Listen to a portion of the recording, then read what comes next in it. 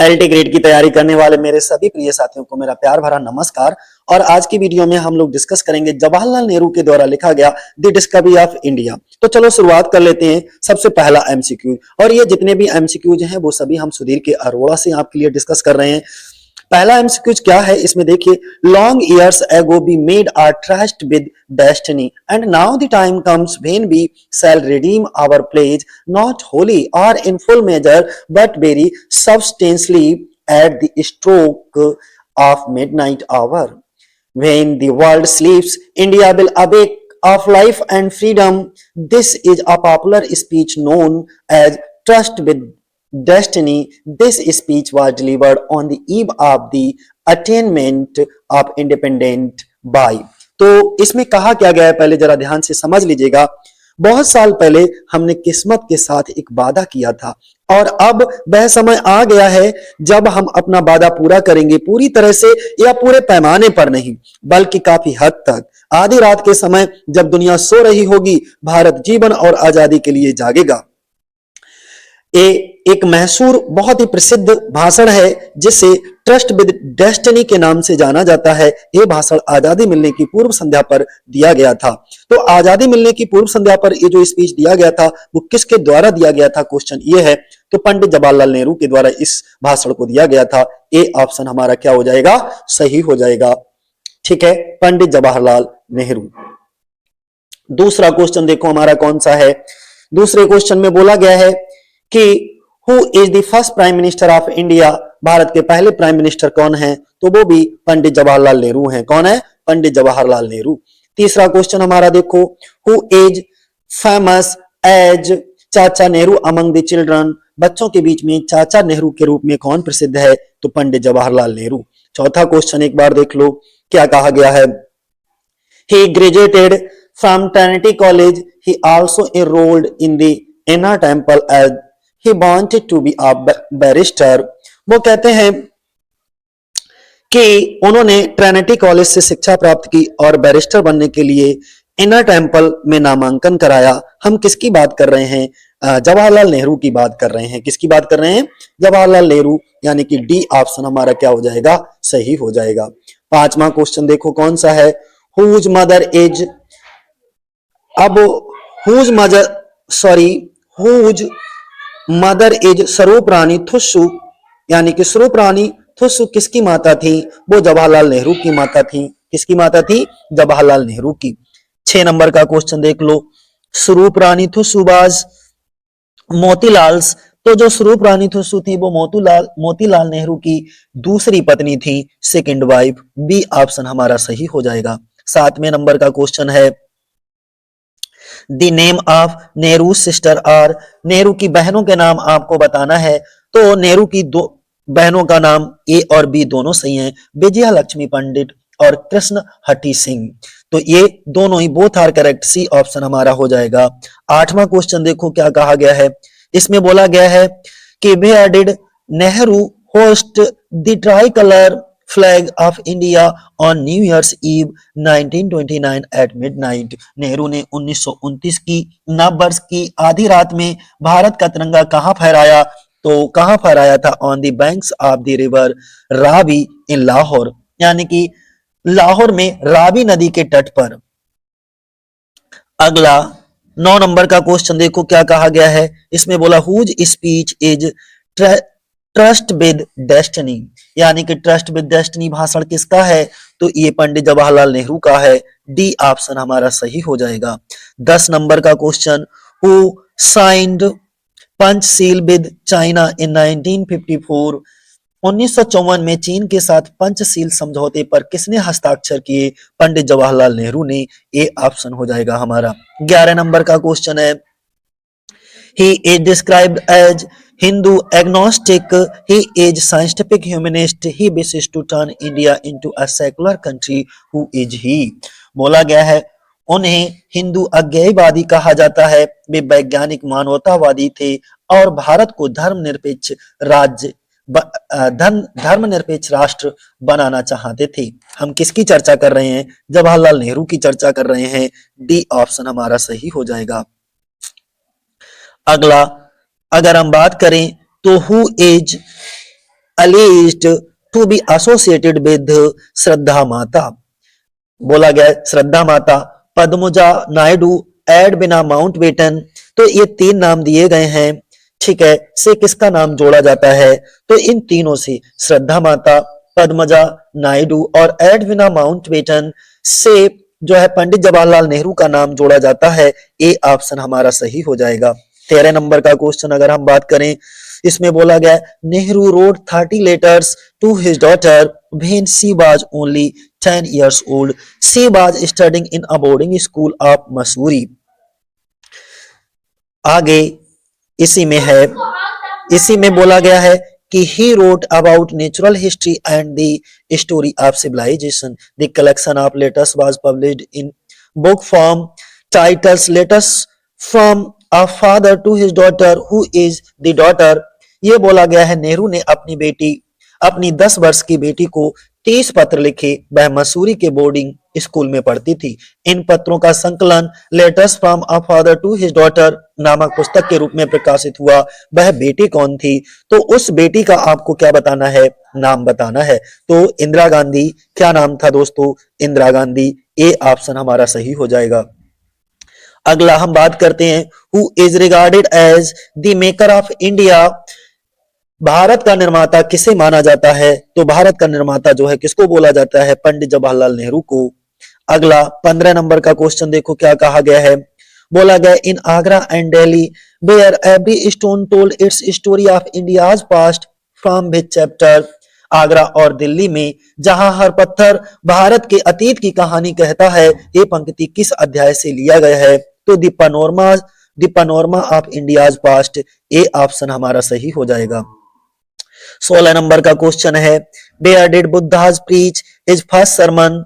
जो बुद्धा थे यानी कि बुद्ध ने अपना पहला उपदेश कहां दिया? तो वाराणसी के पास सारनाथ में दिया था। तो ए ऑप्शन हमारा सही हो जाएगा। अगला 17 नंबर के क्वेश्चन की बात करें तो बोला गया name the historian whose views about the Indus valley civilisation Nehru has quoted. Sindhu घाटी सभ्यता पर नेहरू ने किस इतिहासकार के विचार यहाँ पर बताए हैं, उद्धृत किए हैं? तो प्रोफेसर चाइल्ड। देखो यहाँ पर बड़े ध्यान से समझना, प्रोफेसर चाइल्ड की स्पेलिंग CHILDE वाला ऑप्शन सही होगा, ए। अगला 18 नंबर पे अगर हम बात करें तो which place in east Asia has ancient temples which echoes of India. पूर्वी एशिया का कौन सा स्थान प्राचीन भारतीय प्रभाव वाले मंदिरों के लिए प्रसिद्ध है? तो अंगकोर। ए ऑप्शन हमारा सही हो जाएगा, अंगकोर। 19 नंबर का क्वेश्चन देखो, which river has given India her name. किस नदी के नाम पर भारत को उसका नाम दिया गया? तो इंडस यानी कि सिंधु। ए ऑप्शन हमारा सही हो जाएगा। 20 नंबर पे अगर हम बात करें तो which river is associated with legends of dance and fun. बोला गया है किस नदी को नृत्य और आनंद की कथाओं से जोड़ा गया है? तो कौन सी नदी को नृत्य और आनंद की कथाओं से जोड़ा गया है? जमुना को। जमुना यार, यमुना जमुना, हाँ ठीक है, सी। अगला which river has held India's heart captive, यानी कि नेहरू बोला गया है कि किस नदी ने भारत के हृदय को मोहित किया है? तो कौन सी नदी है? वो गंगा नदी है। तो ए ऑप्शन हो जाएगा। 22 नंबर का क्वेश्चन है कि find the right sequence in which Nehru has mentioned the famous caves. Nehru ने प्रसिद्ध गुफाओं का उल्लेख किस क्रम में किया है? तो पहले अजंता एलोरा एलिफेंटा केव, यानी कि ए ऑप्शन ही हमारा सही हो जाएगा, ए ऑप्शन। 23 नंबर का क्वेश्चन देखो क्या कहा गया है। Which particular fair draws millions of pilgrims in India. Bharat में कौन सी मेला, यानी कि भारत का ऐसा कौन सा प्रसिद्ध मेला है जो लाखों श्रद्धालुओं को बहुत ज्यादा आकर्षित करता है अपनी तरफ? तो वो कुंभ का मेला जो है वो सबसे ज्यादा आकर्षित करता है। सी ऑप्शन हमारा हो जाएगा। अगला 24 नंबर का question, which other country has had a long surviving culture as India. Bharat के समान दीर्घकालीन संस्कृति किस देश की रही है? तो कौन सी प्राचीन देश ओल्ड चाइना की रही है? ए ऑप्शन हमारा होगा। 25 नंबर के क्वेश्चन की बात करते हैं तो how many years of British rule does Nehru mention, Nehru के अनुसार भारत में कितने वर्षों तक ब्रिटिश शासन रहा है, तो ए 180 सालों तक ब्रिटिश शासन रहा है। 26 नंबर का क्वेश्चन अगर हम बात करते हैं तो from which book is the panorama of India's past extracted, Bharat की सभ्यता भारत के अतीत का विहंगम दृश्य पैनोरमा जो सीन है किस पुस्तक से लिया गया है, तो वो डिस्कवरी ऑफ इंडिया से लिया गया है। ए ऑप्शन हमारा हो जाएगा। 27 नंबर का क्वेश्चन है, इसमें बोला गया which river of India is most important in farming India civilisation, तो सी द गंगा। अगला बोलेंगे 28 नंबर पे which bathing festival of Allahabad does Nehru remembered, Allahabad का कौन सा स्नान पर्व नेहरू को बहुत याद आता है, कुंभ मेला यानी कि कुंभ का मेला। A option. 29 नंबर का question whom did Nehru feel at Sarnath, Sarnath में नेहरू ने किसे अनुभव किया, तो बुद्ध को अनुभव किया, बुद्ध को जाना। A option.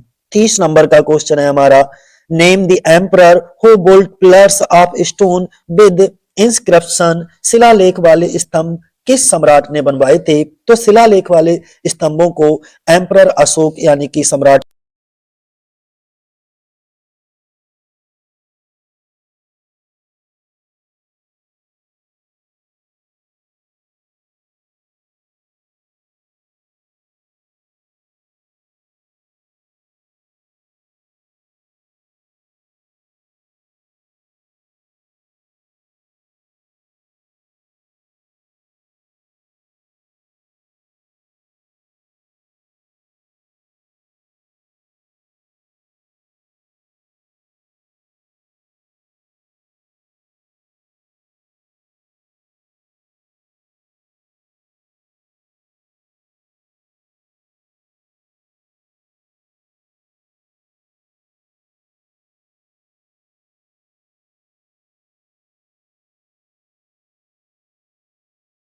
तो 46 में 2 साल बाद इसको पब्लिश कराया गया था। सी ऑप्शन हमारा हो जाएगा 1946। 34 नंबर का क्वेश्चन देखो क्या कहा गया है, Nehru dedicates the discovery of India to his colleagues and co prisoners in the Ahmednagar fort prison camp from 9 August 1942 to 18 March. बोला यह गया है कि नेहरू ने इस पुस्तक में अहमदनगर किले की जेल में अपने सहकैदियों को समर्पित किया 9 अगस्त 1942 से 28 मार्च 1945।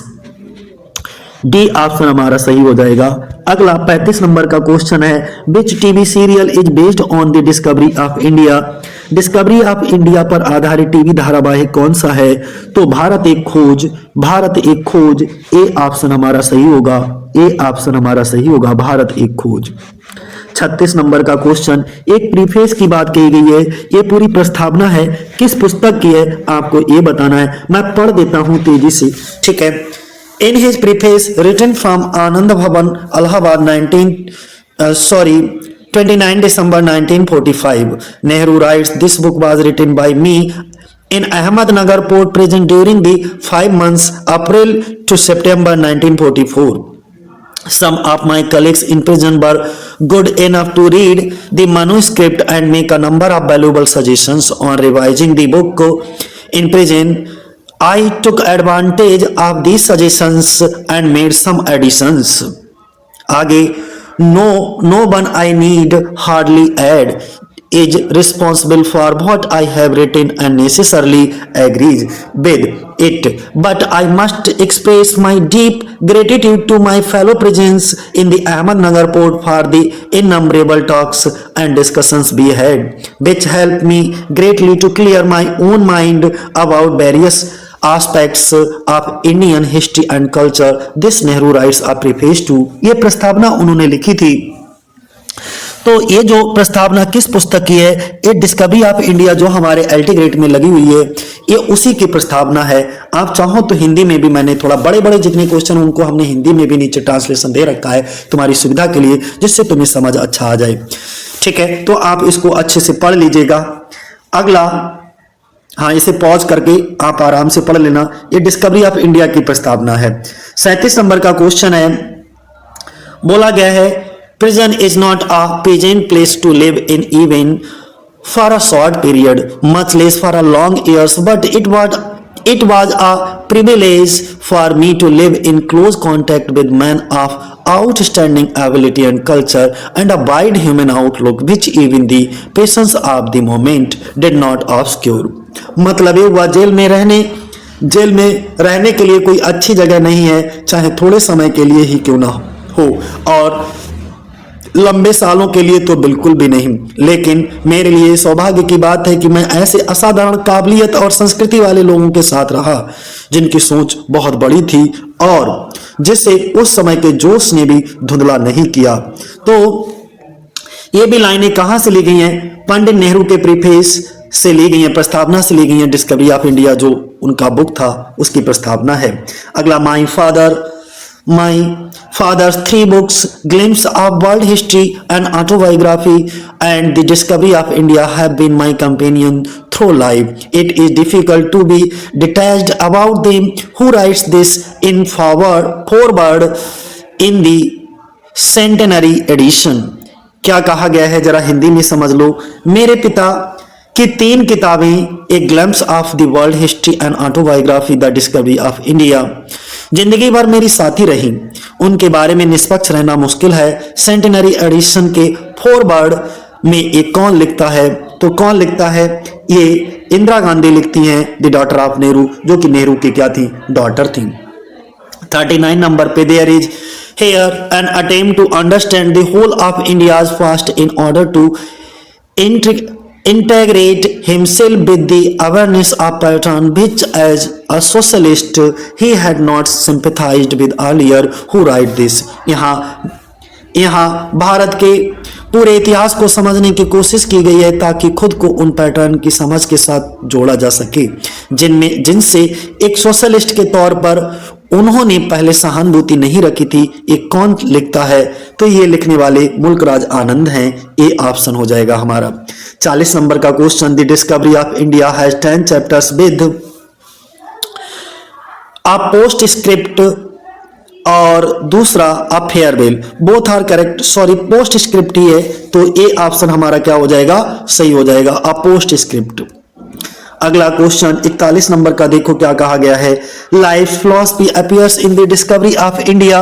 अगर हम डिस्कवरी ऑफ इंडिया की बात करें तो जो लाइफ फिलॉसफी किस अध्याय में है डिस्कवरी ऑफ इंडिया की? तो अध्याय 1 में, चैप्टर 1 में ये दे रखा है। अगला 42 नंबर पे देखो क्या कहा गया है। The panorama of India's past, India's strength and weakness, Bharat Mata, the variety and unity of India, the search for India nationalism and internationalism appear in the discovery of India in। तो देखो, the discovery of India Bharat के अतीत का panorama है, भारत की ताकत और कमजोरियां, भारत माता, भारत की विविधता और एकता, भारत की खोज, राष्ट्रवाद, अंतर्राष्ट्रीयतावाद जैसे विषय सामने आते हैं। ये सब कौन से चैप्टर में दे रखे हैं? तो ये सभी यानी कि पनोरमा ऑफ इंडियाज पास्ट आदि किस अध्याय में है? तो कौन से अध्याय में है? चैप्टर नंबर 3, यानी कि सी ऑप्शन हमारा हो जाएगा। अगला है the coming of the Aryans, Indus valley civilisation, what is the Hinduism, the continuity of Indian culture, the Bhagavad Gita, Buddha's teaching, Ashoka appear in the discovery of India in. बोला गया है कि आर्यों का आगमन, सिंधु घाटी सभ्यता, हिंदू धर्म क्या है, भारतीय संस्कृति की निरंतरता, भगवद गीता, बुद्ध की शिक्षाएं, अशोक, ये सभी डिस्कवरी ऑफ इंडिया के कौन से चैप्टर में नजर आते हैं? तो चैप्टर नंबर 4 में ये होते हैं। कौन सा? चैप्टर नंबर 4, यानी कि डी ऑप्शन हमारा सही हो जाएगा। 44 नंबर का क्वेश्चन जरा पढ़ते हैं क्या कहा गया है। 44 नंबर पे बोला गया है कि she is a myth and an idea, a dream and a vision and yet very real and present and pervasive. There are terrifying glimpses of dark corridors which seem to lead back to primeval night, but also there is the fullness and warmth of the day about her. Shameful and repellent, she is occasionally perverse and obstinate, sometimes even a little hysteric. This lady with a past, but she's very lovable, and none of her children can forget her. Wherever they go or whatever strange fate befalls them. Here the writer describe about India. This appears. इसका हमने यहाँ पर हिंदी दे रखा है, इसको आप अपने आप से पढ़ लीजिएगा। भारत को एक स्त्री के रूप में चित्रित करने वाला अंश किस पुस्तक में है? तो भारत को एक स्त्री के रूप में चित्रित करने वाला जो अंश है वो discovery of India, A option. ये इसका हिंदी है पूरा, यहाँ से आप समझ लीजिएगा। ये जो लाइनें हैं, ये सब चीजें जो बातें बताई गई हैं नेहरू के डिस्कवरी ऑफ इंडिया में। अगला क्वेश्चन थोड़े बड़े बड़े हैं, लेंदी हैं, और मैं इसलिए इनको डिटेल नहीं कर रहा हूं क्योंकि वीडियो वैसे ही बहुत लंबा हो जाएगा। ठीक है, तो आप उनका हिंदी खुद पढ़ लीजिएगा। The story of the Ganges from her source of the sea, from old times the new to new, is the story of India civilisation and culture, of the rise and fall of empires, of great and proud cities, of the adventure of man and the quest of the mind which has so occupied India's thinker, of the richness and fulfillment of life as well as its denial and renunciation of ups and downs, of growth and decay of life and death. This appears in। अच्छा, इन लाइनों में जो बात कही गई है वो मैं संक्षेप में बता देता हूं। इन लाइनों में गंगा की कथा वाला अंश जो है लिया गया है। तो अगर आपसे ऐसा लाइनें पूछा जाए तो आप ये ध्यान रखना कि गंगा की कथा वाला जो लाइनें हैं, अंश है, वो किस पुस्तक से लिया गया है? तो द डिस्कवरी ऑफ इंडिया से लिया गया है। ठीक है, the story of the Ganga, इतना याद रखना। तो इसका हिंदी ये है, आप पॉज करके इसको देख लीजिए, समझ लीजिए, पढ़ लीजिए, और चाहो तो सुधीर के अरोड़ा की बुक अगर आपके पास रखी हो तो उसको ओपन करके जहां पर जो चीज आपको समझ ना आए उसको आप वीडियो से अपनी हेल्प ले सकते हो। यहां पर अगला 46 नंबर का क्वेश्चन देखिए क्या कहा गया है इसमें। 46 नंबर पे बोला गया है कि with in a few minute that fair body and that lovely face which used to smile so often and so well were reduced to ashes. A small urn contained the mortal remains of one who had been vital, so bright and so full of life. Nehru write here about the death of। देखो यहां पर क्या बोला गया, कुछ ही मिनटों में वह सुंदर शरीर राख हो गया। नेहरू यहां किसकी मृत्यु की बात कर रहे हैं? तो वो उनकी जो पत्नी थी, हिज वाइफ कमला, उनकी बात कर रहे हैं। तो ए ऑप्शन हमारा सही हो जाएगा। इसका हिंदी आप अपने आप से खुद पढ़ लीजिए। ठीक है, आज के लिए इतना ही। जय हिंद, जय भारत साथियों।